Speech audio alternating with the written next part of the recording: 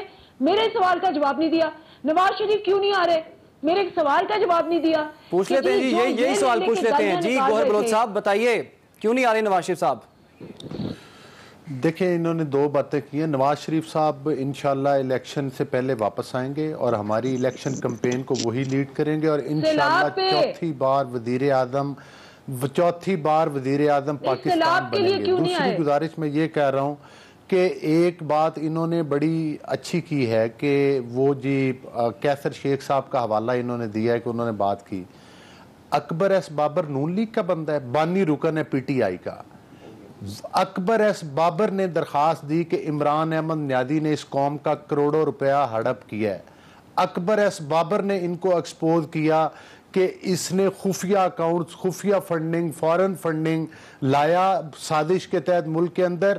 وہ پیسہ جو پاکستان کے غریب لوگوں کے لیے زکوٰۃ کے نام پر اکٹھا کیا گیا تھا, وہ عمران احمد نیادی نے اور اس کی بہنوں نے اپنی جیبوں میں ڈالا اور اس کے حواریوں نے اپنی جیبوں میں ڈالا اور پاکستان کے خلاف سازشیں کرنے کے لیے استعمال ہوا. پاکستان کے وہ پیسہ اداروں کی تباہی کرنے کے لیے استعمال ہوا. وہ اور یہی عمران احمد نیادی, یہ بھی اکبر ایس بابر ان کا بانی رکن ہے نا. آج اسی کے بٹھائے ہوئے صدر نے کیا بیان دیا ہے, مطلب ان کو آئینہ دکھانے کے لیے کافی نہیں ہے. پہلے اندلیب صاحبہ جائیں نا, پہلے اپنے پریزیڈنٹ کو تو سمجھا کر آئے, اپنی پارٹی کا تو ایک بیان کریں بھی. آپ کی حیثیت اس پریزیڈنٹ سے زیادہ تو نہیں ہے نا پارٹی میں, جس کو عمران احمد نیادی نے پریزیڈنٹ بنایا. اس نے کہا ہے کہ اس چیز کی وضاحت میں اس کا حامی نہیں ہوں, اس چیز کی وضاحت عمران خود کرے گا. اس نے یہ بھی نہیں کہا کہ عمران احمد نیادی نے کہا کہ عمران خود کرے گا. حالانکہ ہم تو عمران احمد نیادی بولتے ہیں, بھی تھوڑا سا حالانکہ اس بندے کو رسپیکٹ دینی نہیں چاہیے. جو ہے وہ عمران خان صاحب دیں گے, لیکن عمران خان صاحب کی طرف سے بھی کوئی وضاحت سامنے نہیں آئی. ایک اور بڑا اہم مسئلہ ہے, وہ سیاست میں کہیں دائیں بائیں ہو جاتا ہے, اور وہ ہے سیلاب کی تباہ کاریاں. مزید 24 لوگ جاں بحق ہو گئے ہیں, اور جاں بحق ہونے والوں کی تعداد اب بڑھ کر 1300 سے بڑھ چکی ہے. پروگرام کے آخری حصے میں اسی پر بات ہوگی, لیکن ایک بریک کے بعد. ناظرین, سیلاب کی تباہ کاریاں رکنے کا نام نہیں لے رہی, اور جن جن علاقوں میں سیلاب آیا ہے تباہی کی داستانیں چھوڑ کر گیا ہے. اور پچھلا پورا ہفتہ تکرار کی پوری ٹیم انہی سیلاب متاثرین کے ساتھ تھی. ان کی مشکلات اتنی ہیں کہ بیان نہیں کی جا سکتی, اور سیاسی جماعتیں وہاں پر بھی کچھ اپنی سیاست کے چکر میں ہی آ رہی ہیں. تو زیغم خان صاحب, یہ تو انسانی المیہ تھا وہاں پر تو بے لوث خدمت کی جانی چاہیے تھی, لیکن وہاں پر بھی یاد آئی تو صرف سیاست ہی یاد آئی. آپ کیا سمجھتے ہیں, یہ کیا ٹرینڈ ہے؟ بہت افسوسناک ٹرینڈ ہے. اس سے پہلے جتنے بھی پاکستان میں ڈیزاسٹرز آئے ہیں, اس وقت ہم نے دیکھا کہ سیاستدانوں نے سیاست کو ایک طرف رکھ دیا, اختلاف کو ایک طرف رکھ دیا, اپنی سیاسی ایکٹیویٹیز کو سٹیگر کر دیا, منسوخ کر دیا, اور ایک قوم بن کے اکٹھے ہو کر اس ڈیزاسٹر کے مقابلے میں آ کر عوام کی مدد کرنے کی کوشش کی. کیونکہ ڈیزاسٹر ایک ایسا موقع ہوتا ہے کہ یا تو یہ قوم کو متحد کر کے جاتا ہے, یا پھر یہ قوم کو تفریق کر کے تقسیم کر کے چلا جاتا ہے. تو اس وقت جو ہمیں نظر آیا یہ انپریسیڈنٹڈ ہے. ذمہ داری اس وقت سب کی تھی. اگر آپ نیشنل ڈیزاسٹر مینجمنٹ ایکٹ دیکھیں 2010 کا, تو اس میں ذمہ داریاں واضح ہیں, اور ذمہ داری صرف مرکزی حکومت کی نہیں ہے. مرکزی حکومت کی بھی بہت اہم ذمہ داریاں ہیں کہ اس نے کوارڈینیٹ کرنا ہے, اس نے پلان کرنا ہے, لیکن جو اہم ترین ذمہ داریاں ہیں وہ پی ڈی ایم ایز کی ہیں, جو پروونشل ہیں, اور اس کے بعد ڈسٹرکٹ باڈیز کی ہیں, ڈی ڈی ایم ایز کی ہیں. تو یہ لوگ دیر سے انہوں نے موو کرنا شروع کیا, اور ابھی تک بہت مؤثر ریسپانس نہیں آ سکا. ایک وجہ یہ بھی ہے کہ ڈیزاسٹر بہت زیادہ ہے, لیکن سب سے بڑی افسوسناک بات وہ ہے جو آپ کہہ رہے ہیں کہ پاکستان کی جو سیاست ہے